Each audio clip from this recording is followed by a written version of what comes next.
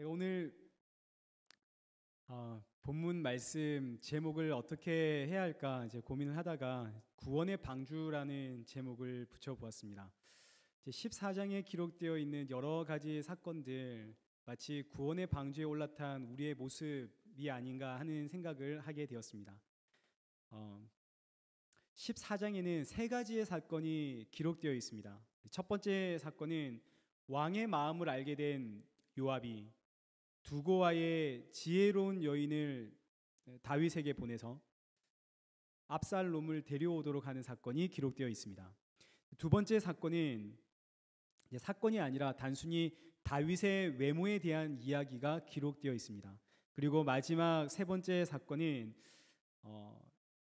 다윗이 압살롬이 집으로 돌아온 이후로 무려 2년 동안 다윗을 만나지 못하게 되어서 이제 압살롬이 꾀를 내어서 다윗을 만나게 되고 아버지와 화해를 이루게 되는 장면이 이제 기록이 되어 있습니다. 이 사건들 아주 긴밀하게 연결되어 있는데 오늘 저는 첫 번째와 세 번째 사건, 압살롬이 집에 돌아오고 아버지의 얼굴을 2년 동안 보지 못하다가 아버지와 화해했더라, 우리 이 이야기를 우리 함께 살펴보고, 우리 중간에 있는 압살롬의 외모에 대해서는 우리 다음 주에 함께 살펴보도록 하겠습니다. 이제 먼저 1절을 우리 함께 보시죠. 1절 말씀을 보시면 요압이 왕의 마음이 압살롬에게 향하는 줄을 알았습니다. 그래서 2절에 두고아에서 사람을 보내 거기서 지혜로운 여인 하나를 데려오죠. 그리고 3절, 그 여인에게 이러이러하게 말해라고 요압이 그 여인의 입에 할 말을 넣어주게 됩니다. 이제 첫 번째 사건은 여기서부터 사실 난관에 부딪히게 됩니다. 요압이 왕의 마음이 압살롬에게 향하는 줄 알았는데, 그런데 이때 요압이 알게 된 이 왕의 마음이 어떤 마음인지 성경이 기록하고 있지 않기 때문입니다. 여러분, 다윗이 압살롬을 향해서 마음이 간절해졌습니다. 이 마음이 어떤 마음일까요? 보통 이 마음을 압살롬을 향한 다윗의 사랑의 마음이라는 그런 생각을 많이 하게 됩니다. 자녀를 향한 사랑의 마음. 그래서 이 사랑의 마음으로 해석을 하게 되면 14장에 기록된 다윗은 이제 분별력을 상실한 왕의 모습으로 이제 해석이 됩니다. 압살롬을 향한 간절한 사랑의 마음이 이제 다윗으로 하여금 압살롬을 데리고 오게는 했는데, 그런데 이제 23절 이하의 말씀을 보면 압살롬을 집으로 데려왔지만 집에 데려온 그 순간부터 다윗이 압살롬의 얼굴을 무려 2년 동안 보지 않게 되죠. 아들을 사랑해서 아들을 불러왔는데 이 아들의 얼굴을 보질 않는군요. 여러분, 이게 이해가 안 되죠. 그래서 이것이 다윗이 분별력을 상실한 증거다, 이렇게 이야기를 합니다. 다윗은 아들을 사랑은 하지만 용서하지는 못하는 아버지, 용서한다고 말은 하지만 무려 2년 동안 아들의 얼굴을 보지 않았던 어리석은 아버지가 됩니다. 압살롬은 무려 2년 동안 자신을 찾지 않는 이 아버지로 인해서 분노가 쌓이고 결국 그 분노가 터져서 15장에 반란을 일으키게 되겠죠. 그러면 압살롬이 반역을 일으키는 원인도 설명이 되겠군요. 아버지의 잘못된 어긋난 사랑. 그런데 문제는 이 1절의 왕의 마음을 압살롬을 향한, 자녀를 향한 사랑의 마음이다, 이렇게 해석을 하면 이제 4절부터 17절에 나오는 두고와 여인의 말이 도무지 해석을 할 수가 없습니다. 해석이 되지가 않습니다. 요압이 압살롬을 향한 왕의 마음을 알았기에 두고와의 지혜로운 여인을 불러와서 다윗을 설득시켜라 한 건데, 이 왕의 마음을 사랑의 마음이다 이렇게 정해놓고 이제 4절부터 17절까지 두고와 여인의 이 지혜로운 말을 우리가 읽어보기 시작하면 대체 이 여인이 무슨 말을 하고 있는지 도무지 해석이 안 되는 거죠. 그렇기에 왕의 마음을 알기 위해선 먼저 두고와의 여인, 이 여인이 지금 무슨 말을 하고 있는지 우리가 명확하게 이해하는 것이 중요합니다. 이 여인이 뭘 이야기하고 있는지를 우리가 알면 이제 다윗의 마음이, 왕의 마음이 어떤 마음인지를 우리가 알 수 있기 때문입니다. 그래서 지금부터 우리 두고와 여인이 무슨 말을 하고 있는지를 우리 함께 살펴보도록 하겠습니다. 우리 4절 말씀을 보시죠. 두고와 여인이 왕에게 도와달라 이제 재판을 신청을 합니다. 5절, 무슨 일이냐 왕이 물으니 이 여인이 말하길 나는 과부인데.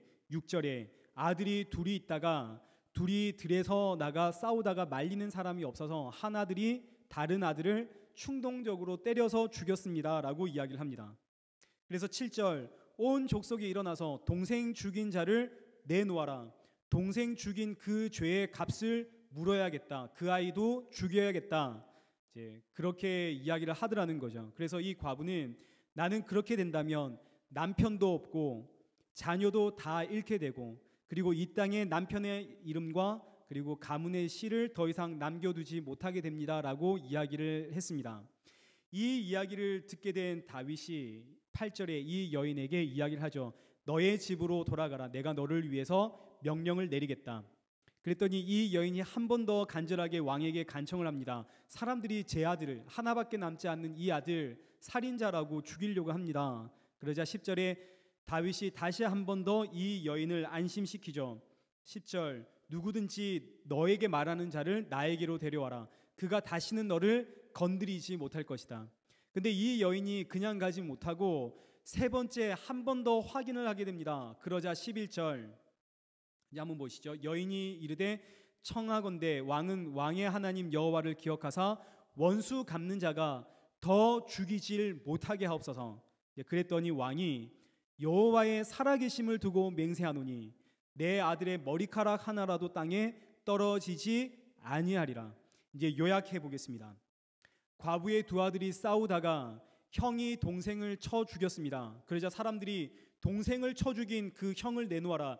율법에 따라서 이 아이도 우리가 죽여야겠다. 그랬더니 이 과부가 다윗에게 달려가서 나를 좀 살려주십시오. 내 아들을 좀 살려주십시오 라고 이야기를 한 겁니다. 세 번에 걸쳐 다윗에게 간청을 했고 다윗은 세 번에 걸쳐서 너의 아들을 내가 살려주겠다라고 말했습니다. 그러자 이제 이 여인이 본심을 이야기를 합니다. 우리 13절 보시죠. 여인이 마치 나단 선지자가 다윗을 지적하듯이 이 여인이 다윗을 지적하는 겁니다. 그러면 어찌하여 왕께서는 하나님의 백성에게 이 같은 생각을 하셨나이까? 그러면 어찌하여 왕께서 이 같은 생각을 하셨습니까? 여러분, 여기서 왕이 가진 생각은 어떤 생각인가요? 무슨 생각입니까? 그러면 어찌하여 왕은 이 같은 생각을 했습니까? 이 말은 왜 왕은 죽인 자를 내놓아라, 내가 죽여야겠다라고 생각을 하고 계십니까? 라는 뜻이겠죠. 그 뜻입니다. 동생을 죽인 그 형 내놓아라, 내가 그를 죽여야겠다라고 말하는 그 사람이 바로 다윗 당신 아닙니까? 라고 이야기를 한 겁니다. 그럼 이제 1절, 압살롬을 향한 다윗의 마음은 어떤 마음인가요? 압살롬을 향한 다윗의 마음은 아들을 너무나 사랑하는 사랑의 마음인가요? 아니면 살인자를 재판하려고 하는 왕의 마음인가요? 1절에 등장하고 있는 압살롬을 향한 다윗의 마음은 아들을 사랑하는 아버지의 마음이 아니라 살인자를 재판하고자 하는 왕의 마음을 의미합니다. 14장에는 다윗의 이름이 등장하지 않습니다. 왕이라고만 등장을 합니다. 우리 14장을 보시면 왕이 다윗이라는 말이 절대 나오지 않습니다. 여러분, 다윗의 이름의 뜻은 사랑이라는 뜻입니다. 다윗이라는 이름은 사랑입니다. 14장은 사랑이 등장하지 않는 장입니다. 왕이 등장을 하죠. 사랑이 없습니다.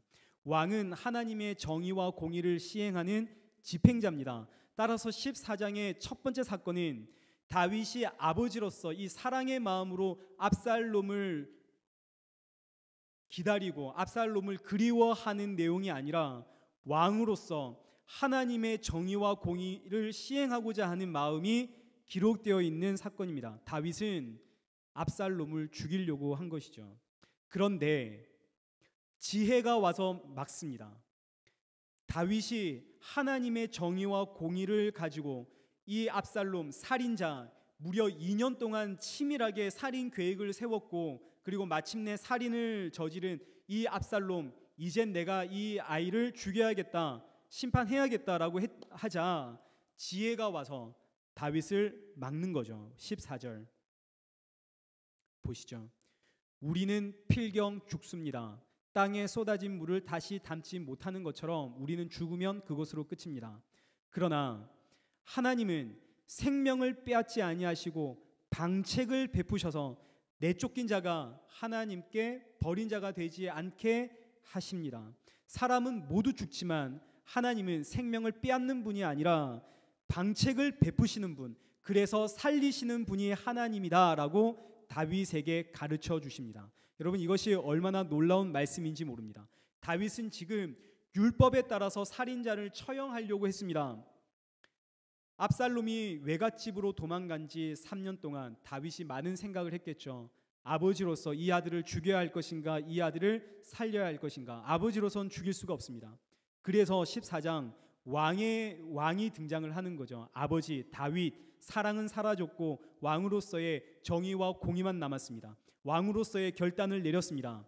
그래, 율법에 따라 정의와 공의를 실현해야겠다. 그러자 지혜가 와서 다윗을 막는 거죠. 하나님은 죽이시는 분이 아니라 살리시는 분입니다. 방책을 내놓으시는 분입니다. 지혜가 외치는 겁니다. 다윗이 하나님의 정의와 공의, 그 위에 흐르고 있는 사랑과 은총을 잊어버린 것이 오늘 첫 번째 사건의 메시지입니다. 창세기부터 하나님은 살리시는 분으로 등장을 하십니다. 방책을 내놓으시는 하나님으로 기록되어 있죠. 아담과 하와에게 선악과 먹으면 내가 반드시 죽이겠다 말씀을 하셨지만 아담과 하와가 선악과를 먹자 하나님께서 아담과 하와 죽이셨나요? 아닙니다. 죽이지 않으시고 하나님께서는 방책을 내놓으셨습니다. 그 방책은 짐승을 잡아 죽여서 그 짐승의 가죽으로 옷을 해 입히는 것. 지금은 임시로 이 짐승의 피 흘림으로 너희들에게 제사함을 주고 용서를 하지만 후에는 영원한 죄사함을 위해서 나의 아들 독생자 아들을 너에게 주겠다. 하나님께서 방책을 내놓으셨죠. 하나님은 창세기부터 성경의 그 시작부터 우리를 살리시는 하나님으로 기록되어 있습니다. 하나님께서 우리에게 율법 주셨습니다. 죄인들을 죽이기 위해 율법 주신 것이 아니라 죄인들을 살리기 위해서 하나님께서 내놓으신 방책이 율법입니다. 다윗은 율법에 따라서 살인자는 죽여야 돼. 살인 죄를 심판하려고 했습니다. 그런데 하나님께서 다윗을 막으시죠. 율법에 따르면 살인자를 죽어야 하지만 그러나 진짜 율법이 말하고 있는 것은 우리 모두가 다, 너희가 전부 다 살인자다 하는 것을 율법이 이야기를 하고 있기 때문입니다. 율법은 우리 모두가 다 죄인, 죽어야 할 자라고 이야기를 합니다. 그런데 오늘 우린 죽지 않고 있죠. 이것이 하나님의 은혜입니다. 그래서 율법은 그럼에도 불구하고 살리시는 하나님의 은혜를 우리에게 알게 하는 하나님의 장치입니다. 지금 다윗은 율법을 가지고 옳고 그름 이것을 분별하고 판단하고 있습니다. 다윗은 하나님을 향한 지식도 있고 분별력도 있었습니다. 그래서 율법에 따라 아들이지만 죽이고자 하는 마음 가졌죠. 그러나 다윗이 발견하지 못한 것은 그 위에 흐르고 있는 하나님의 은총입니다.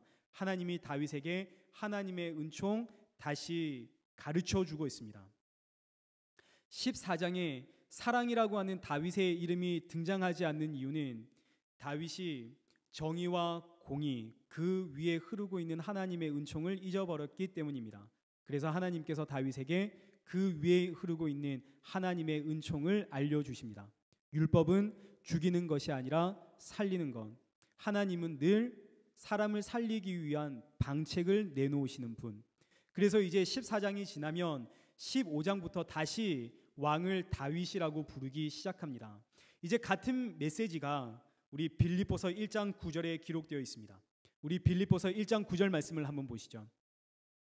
사도 바울이 성도들에게 이렇게 기도해라 기도를 가르쳐 주시는 내용입니다. 내가 기도하노라 너희 사랑을 지식과 모든 청명으로 점점 더 풍성하게 하사.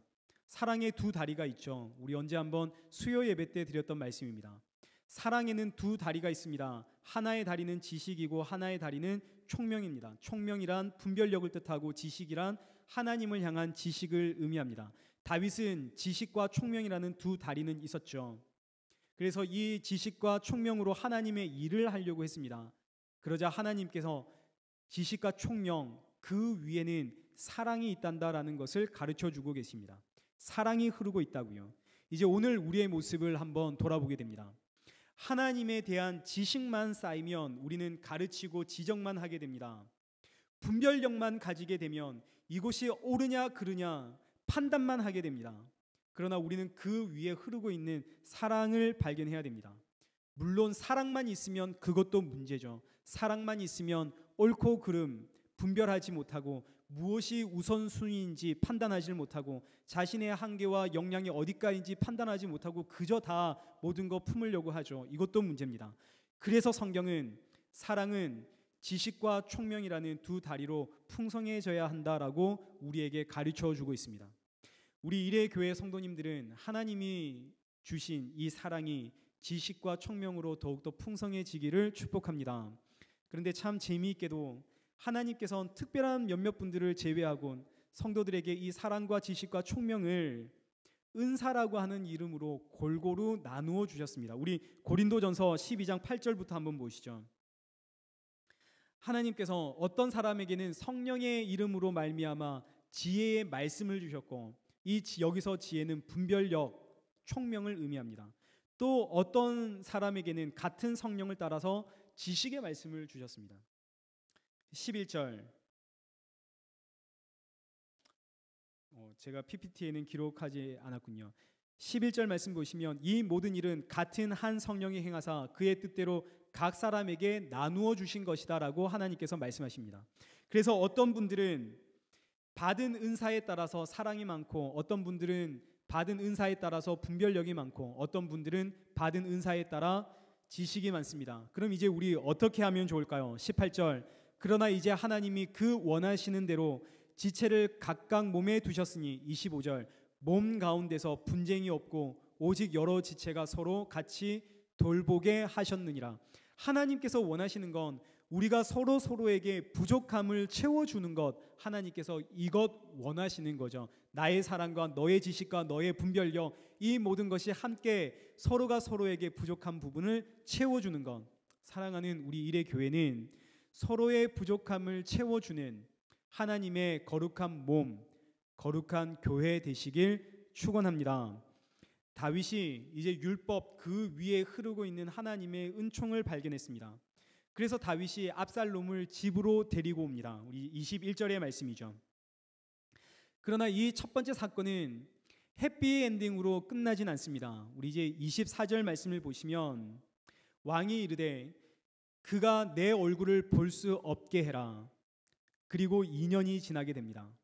여기서 다윗이 아들을 용서했지만 용서하지 못하는 모습을 보이고 있다. 이렇게 우리 생각할 수 있겠군요.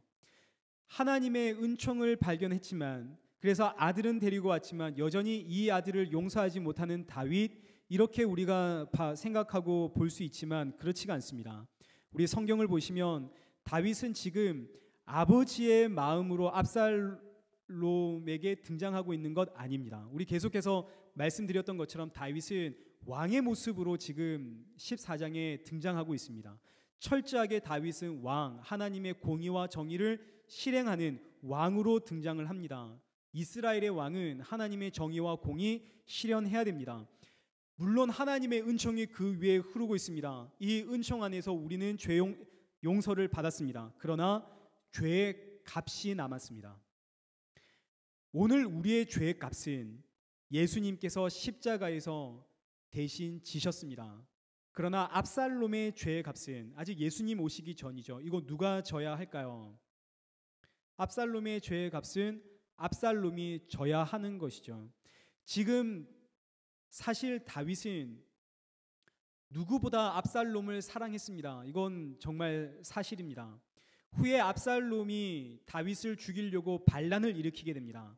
그래서 다윗이 자신을 죽이려고 하는 이 아들 압살롬을 피해 도망가면서 다윗은 오히려 이 압살롬을 걱정합니다. 그리고 자신의 용사들에게 제발 압살롬을 죽이지 말아달라고 부탁하고 당부를 하게 됩니다. 그런데 압살롬이 죽게 되죠. 그러자 우리 사무엘하 18장 33절 말씀을 보시면 다윗이 마음이 너무 아파서 이 압살롬을 향해서 내 아들아 내 아들아 차라리 내가 너를 대신하여 죽었다며 라고 울었습니다. 다윗은 너무나 압살롬을 사랑했습니다. 그러나 자신은 누구보다 앞장서서 율법을 지켜야 하는 이스라엘의 왕입니다. 그렇기 때문에 은총과 사랑은 베풀지만 죄의 값은 압살롬에게 지게끔 하는 것이죠. 멀리 3년간 하나님의 나라에 들어오지 못하고 3년간 저 외갓집에 살고 있는 압살롬, 다윗이 은총과 사랑을 베풀어서 그 압살롬을 하나님의 나라로 다시 불러왔습니다. 구원의 이야기입니다. 하나님의 나라 밖에 있는 그에게 은총과 용서를 베풀어서 그를 하나님의 나라 안으로 들어오게끔 했습니다. 그러나 이 압살롬은 하나님 나라에 들어왔지만 죄의 값은 지불해야 됩니다. 그래서 우리 다시 24절 말씀을 한번 보시죠. 14장 24절 말씀을 보시면 왕이 압살롬을 향해서 신하들에게 이런 이야기를 하게 됩니다. 왕이 이르되 그를 그의 집으로 물러가게 해서 내 얼굴을 볼 수 없게 해라. 이 말씀의 의미는 단순히 왕이 압살롬을 안 보겠다 이런 의미가 아닙니다. 다윗이 지금 압살롬을 감옥에 집어 넣은 겁니다. 그러나 왕자이기에 감옥에 놓지를 못하고 가택연금을 시켰습니다. 가택연금이란 자신이 사는 그 거주지의 한정에서 떠나지 못하도록 감금시켜 놓는 형벌을 의미합니다. 압살롬은 자신의 이 거주지 집 그 밖으로 나올 수 없는 감옥에 갇히게 된 것이죠. 다윗이 압살롬에게 벌을 내렸습니다. 이제 29절 말씀을 보시면 압살롬이 요압을 만나기 위해서 사람을 여러 번 보내게 되지만 요압을 만나질 못하게 됩니다. 사실 요압을 만나고 싶으면 압살롬이 요압의 집으로 직접 찾아가면 됩니다. 그러나 압살롬이 요압의 집을 찾아가질 못하죠. 왜냐하면 갇혀 있으니까요. 그래서 사람을 시켜서 요압의 밭에 불을 지르게 만들어서 요압이 압살롬을 찾아오게끔 만듭니다. 왜 압살롬이 요압 찾아가지 못하나요? 집 밖으로 나갈 수가 없으니까요. 압살롬은 지금 자신의 죄에 대한 값을 지불하고 있는 중입니다. 그런데 문제는 이 압살롬이죠. 압살롬은 지금 자신이 하나님의 집 밖에서 하나님의 집 안으로 들어왔다는 것에 대한 이 구원에 대한 감동도 없고 감격도 없습니다. 다윗이 자신에게 베풀어준, 아버지가 자신에게 베풀어준 이 은총과 사랑을 은총과 사랑이라고 받아들이질 못하고 있는 압살롬입니다. 원래라면 압살롬은 죽어야 합니다. 원래라면 다윗의 본심은 압살롬을 죽이려고 했습니다. 그러나 지혜의 가르침으로 다윗이 압살롬을 데리고 왔죠. 은총을 베풀었습니다. 그리고 가택에다가 연금을 시켰습니다. 압살롬은 죽어야 하는 사람입니다. 그런데 살아났습니다. 여기에 압살롬은 감사해야 됩니다. 하나님의 나라를 떠났다가 하나님의 나라 안으로 들어왔죠. 여기에 압살롬은 감사를 해야 됩니다. 압살롬이 자신의 집으로 돌아왔잖아요. 집 밖에서 죽어야 하는 자가 살아서 집 안으로 들어왔습니다. 회복이 되었죠. 이것이 다윗의 사랑, 왕의 사랑, 하나님의 사랑, 하나님의 은총인데, 그런데 이 압살롬은 자신이 지금 갇혀 있는 이 상황을 보고 이걸 받아들일 수가 없었습니다. 압살롬의 상식으론 이건 구원받은 삶이 아닙니다. 압살롬의 상식으론 이건 용서받은 삶이 아닙니다. 압살롬의 상식으론 이건 회복된 삶이 아닌 거죠. 구원받은 삶, 용서받은 삶, 회복된 삶이란 다시 왕자로서 화려하게 복귀하는 것, 이것이 구원받은 것이고 용서받은 것이고 회복된 것이지, 지금 이렇게 내가 갇혀 있는 것, 이건 구원도 아니고 용서도 아니고 이건 아무것도 아니다, 나는 억울하다 생각을 하게 된 겁니다. 그래서 압살롬이 외치게 됩니다. 32절, 나로 하여금 왕의 얼굴을 볼 수 있게 해라. 내가 만일 죄가 있으면 왕이 나를 죽이는 것이 옳다. 자신의 죄를 지금 인정하지 못하고 있는 압살롬입니다. 이렇게 사는 것은 구원받은 삶이 아니라고, 이렇게 살 바엔 차라리 죽는 것이 낫다 외치고 있는 압살롬의 모습, 그리고 이 압살롬의 모습이 오늘 우리의 모습은 아닌지 돌아보게 됩니다. 오늘 우리가 압살롬처럼 죽었어야 하는데 구원을 받았습니다.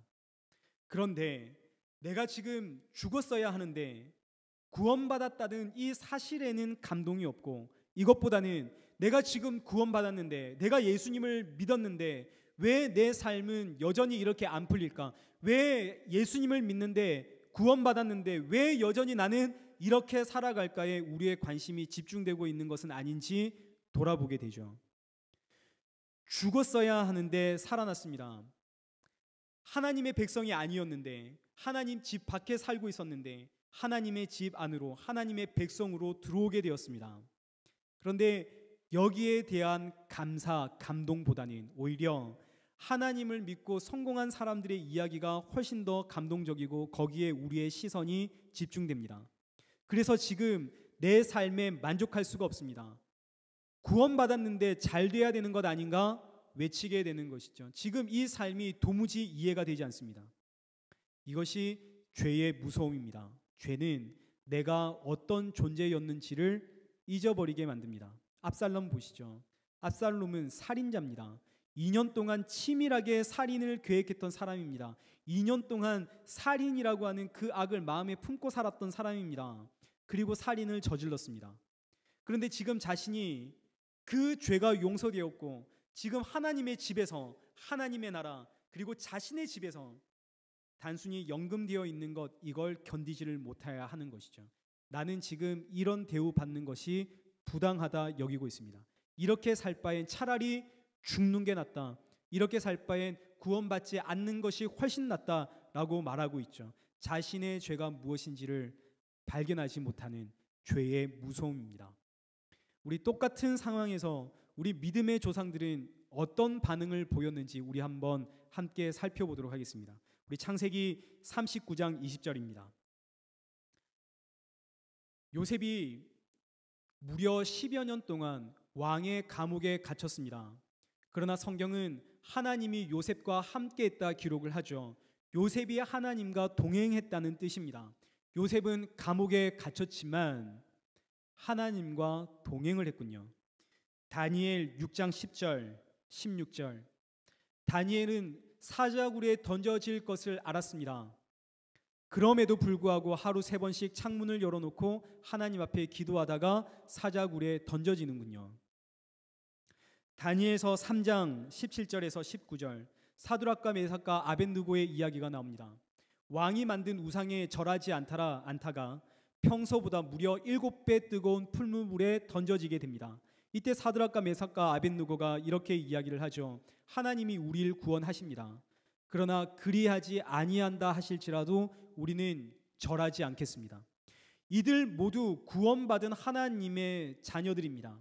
압살롬의 상식으로는 절대로 이런 일 일어나선 안 되죠. 왜 구원받은 하나님의 사람들이 감옥에 들어가야 합니까? 왜 구원받은 하나님의 사람들이 사자굴에 던져져야 합니까?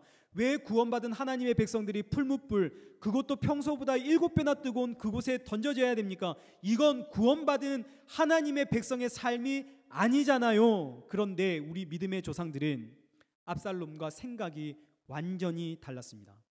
바라보는 관점이 다른 것이죠.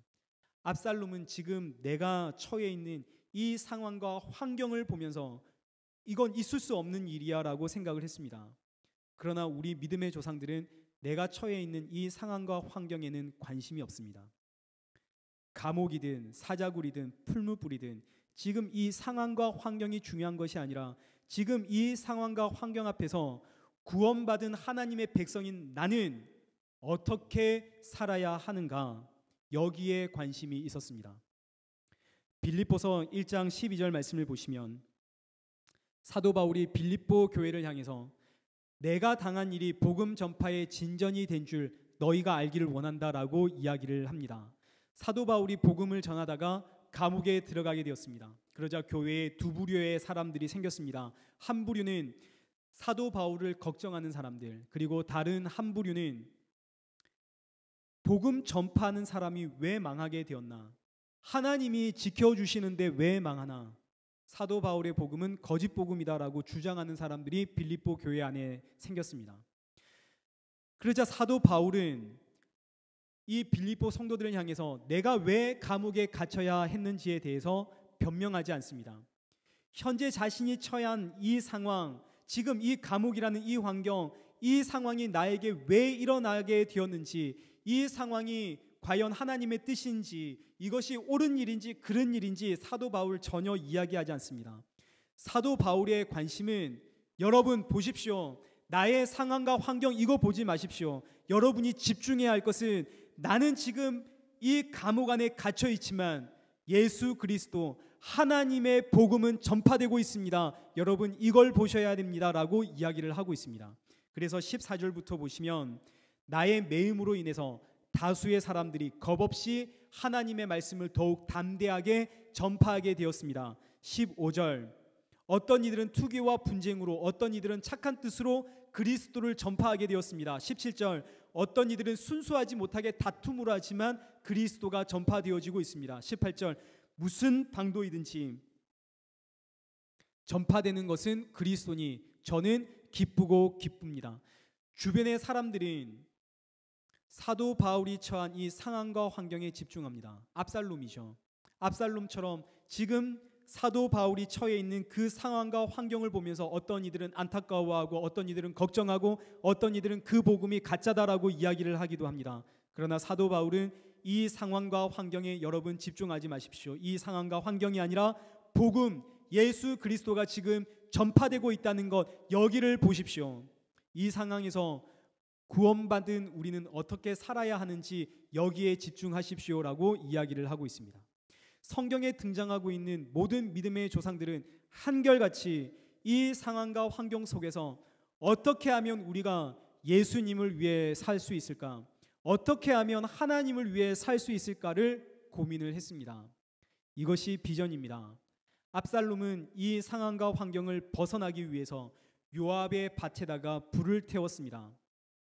그러나 압살롬은 요압의 밭에다가 불을 태울 것이 아니라 이 상황과 환경 속에서 어떻게 하나님을 위해 살까, 어떻게 예수님을 위해 살까, 여기에 집중해야 했습니다.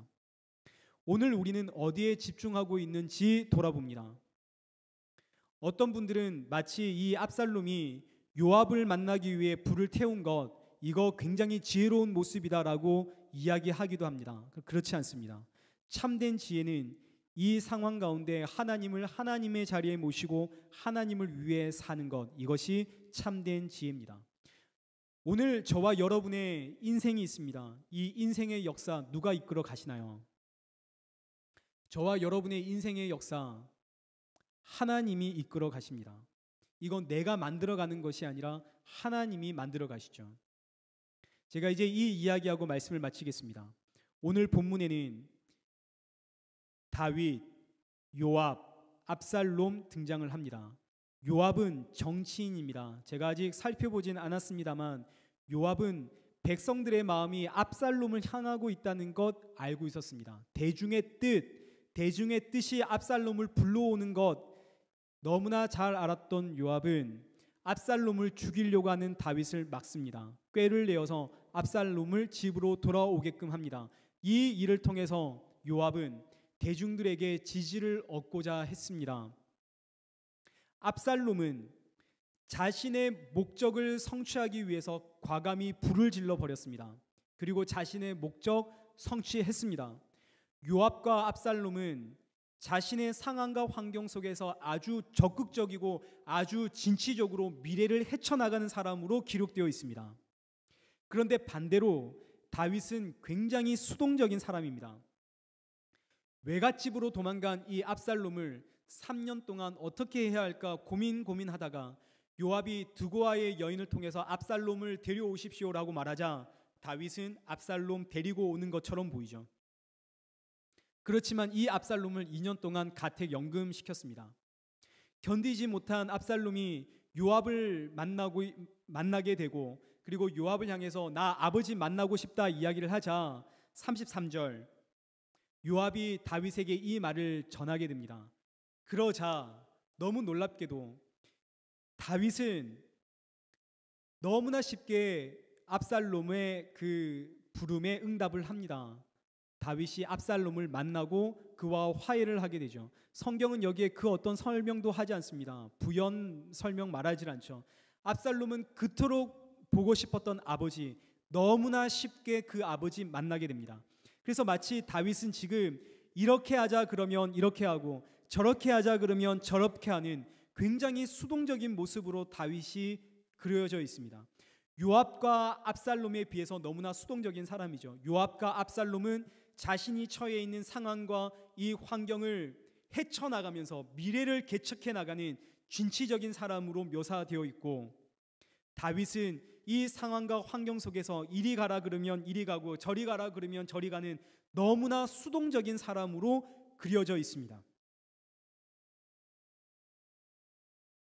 다윗은 이 상황과 환경 속에서 자신이 사라지고 말았죠. 그래서 14장엔 사랑과 다른 의미로 다윗이 등장하지 않습니다. 다윗의 자신의 주장, 자신의 마음이 전혀 등장하지 않죠. 14장 다윗은 흘러가는 사람입니다. 근데 여러분 성경을 한번 보시죠. 진취적이고 적극적으로 미래를 헤쳐나가고 달려나갔던, 미래를 개척해 나갔던 요압도 죽었고 압살롬도 죽었습니다. 그러나 수동적으로 이리저리 흘러가는 대로 흘러갔던 다윗은 그의 이름이 영원히 남았습니다. 심지어 하나님은 후에 다윗을 향해서 다윗 그는 내 마음에 합한 자다라고 하나님께서 평가를 내렸습니다. 달리 한번 정리해 보겠습니다. 요압은 대중의 평가에 민감히 반응했던 사람입니다. 대중의 뜻에 따라서 압살롬을 데려왔습니다. 그러나 이 요압은 죽었고 오직 하나님의 뜻만이 이루어졌습니다. 압살롬은 이 상황을 변화시키기 위해서, 자신의 목적을 성취하기 위해서 과감히 불을 질렀습니다. 미래를 위해서 과감한 투자를 했죠. 그러나 이 압살롬 역시 죽었습니다. 오직 하나님의 뜻만이 이루어졌습니다. 다윗 철저히 수동적입니다. 그저 흘러가는 대로 흘러가고 있습니다. 왜일까요? 오직 다윗만이 알았기 때문입니다. 지금 다윗은 구원의 방주에 올라탔습니다. 이 구원의 방주 안에서 다윗이 할 수 있는 것은 아무것도 없습니다. 과거에 우리는 다윗이 얼마나 진취적이었고 능동적인 사람이었는지 우리 이미 살펴보았습니다. 그러나 다윗이 끔찍한 죄를 짓죠. 다윗은 율법에 따라서 죽어야 되는 사람입니다. 사무엘하 12장 13절 다윗이 회개를 했습니다. 그러자 하나님께서 다윗에게 내가 너를 죽이진 않겠지만 너는 죄의 값을 받아야 된다라고 말씀하셨습니다. 다윗은 지금 구원을 받았습니다. 죽음에서 생명으로 구원의 방주에 올라탔습니다. 이 구원의 방주 안에서 다윗은 아무것도 할 수가 없습니다. 다윗은 하나님이 말씀하신 그 죄의 값, 그것에 따라서 이리저리 하나님이 이끄시는 대로 따라가는 것 외엔 아무것도 할 수 없었던 것이죠. 이것이 오늘 본문에 등장하고 있는 다윗의 모습입니다. 이걸 달리 표현해 보겠습니다. 하나님께서 다윗을 사용하고자 하셨습니다. 어린 목동, 17살의 소년 목동의 때에 하나님께서 다윗을 쓰시려고 하셨습니다.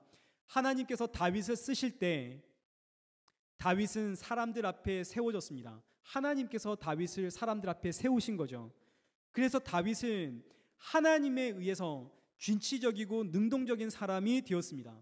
그러나 다윗이 죄를 범한 이후엔 하나님께서 이 다윗을 구원하기 위해서 다윗을 뒤로 물리셨습니다. 구원의 방주에 태우셨죠. 이 구원의 방주에서 다윗이 할 수 있는 것은 아무것도 없습니다. 이제 하나님은 다윗을 위해서 하나님이 친히 앞장서셨습니다. 역사의 전면에 등장했던 다윗을 뒤로 물리셨고 하나님이 앞에 섰습니다. 다윗은 하나님의 뒤에서 하나님이 다시금 자신을 사용할 때까지 그때를 기다릴 뿐입니다. 하나님이 쓰셔야만 다윗이 앞장서서 능동적이고 적극적이고 진취적으로 미래를 향해 나아갈 수가 있는 겁니다. 하나님이 쓰지 않으면 하나님의 때를 위해서, 하나님을 위해 하나님의 영광이 드러나기를 기도하는 것 외엔 아무런 방법이 없습니다. 다윗이 알았습니다.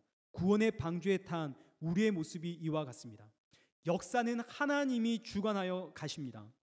요압이 압살롬이 아무리 발버둥을 쳐도 그들은 다 죽습니다. 오직 하나님의 뜻만이 이루어집니다. 하나님이 쓰셔야 쓰임을 받습니다. 하나님이 쓰지 않으실 때는 하나님의 때를 기다리며 하나님의 영광을 위해 예수님의 복음을 위해 살아야 합니다. 이것이 오늘 본문의 메시지입니다. 그리고 이 메시지는 사무엘서 전체의 메시지입니다. 여러분, 사무엘서에서 사무엘상이 한나의 기도로 시작하는 것 여러분 기억나시나요? 우리 한나의 기도 한번 보시죠. 사무엘상 2장 6절과 7절 말씀 보시면 한나의 기도가 등장을 합니다. 여호와는 죽이기도 하시고 살리기도 하시고 수월에 내리게도 하시고 거기서 올리기도 하시는도다.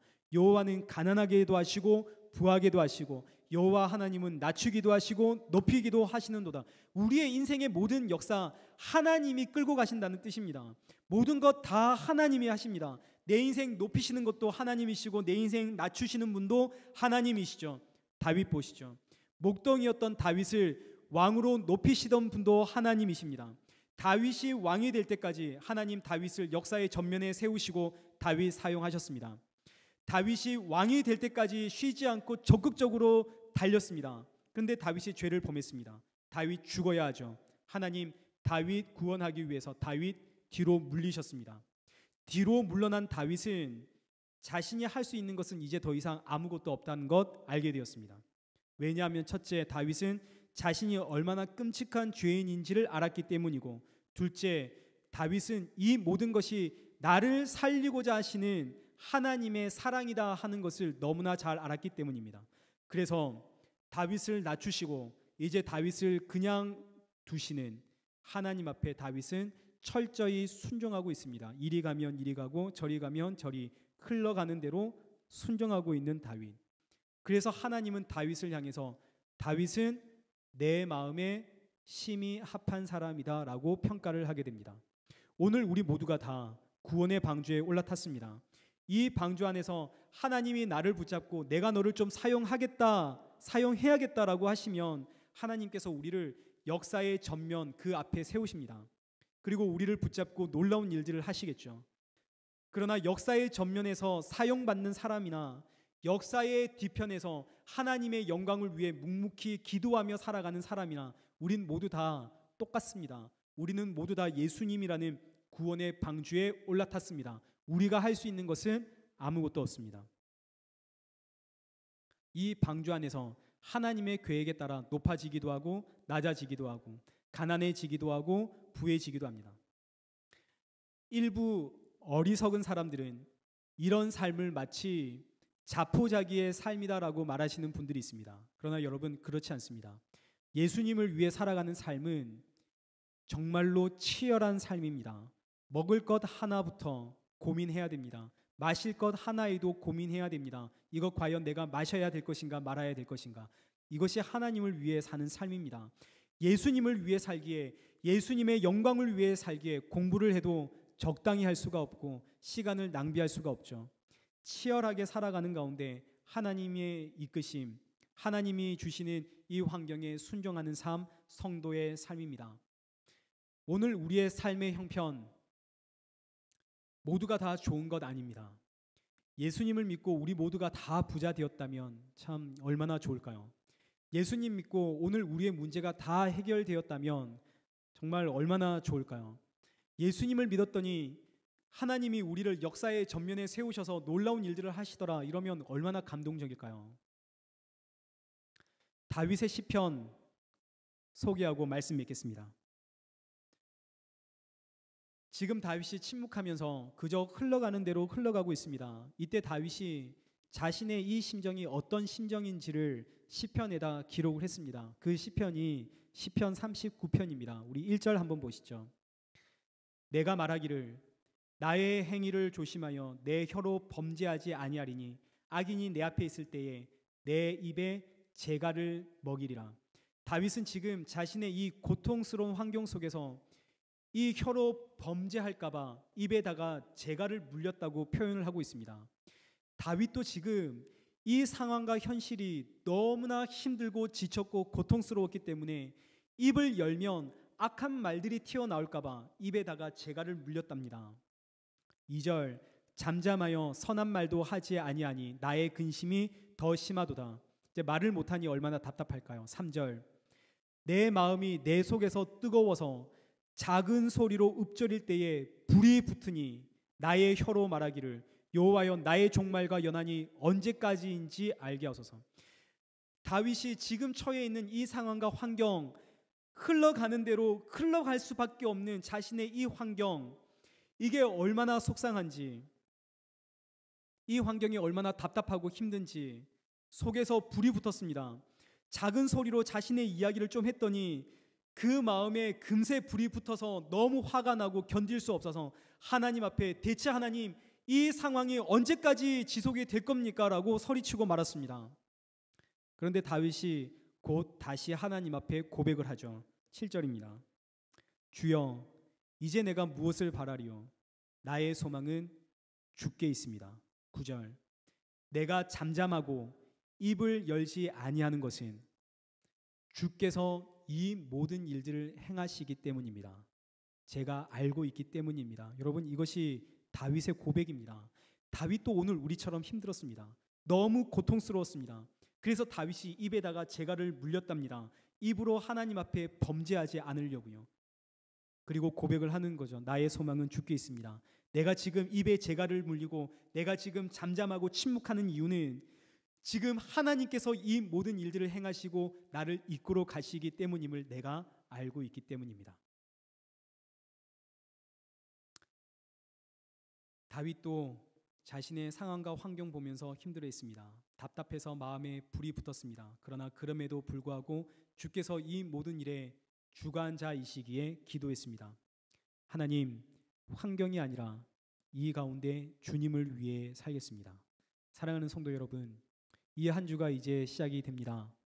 이 한 주 반복되어지는 일상이고 여전히 풀리지 않는, 해결되지 않는 일들이 우리에게 있습니다. 그러나 그 가운데 예수님을 위해 사시길 축복합니다. 하나님께서 하나님의 때에 이 모든 것 풀어주십니다. 혹 그리하지 아니한다 하실지라도 주님을 위해 사시는 우리 복된 이레교회 성도님들 되시길 축원합니다.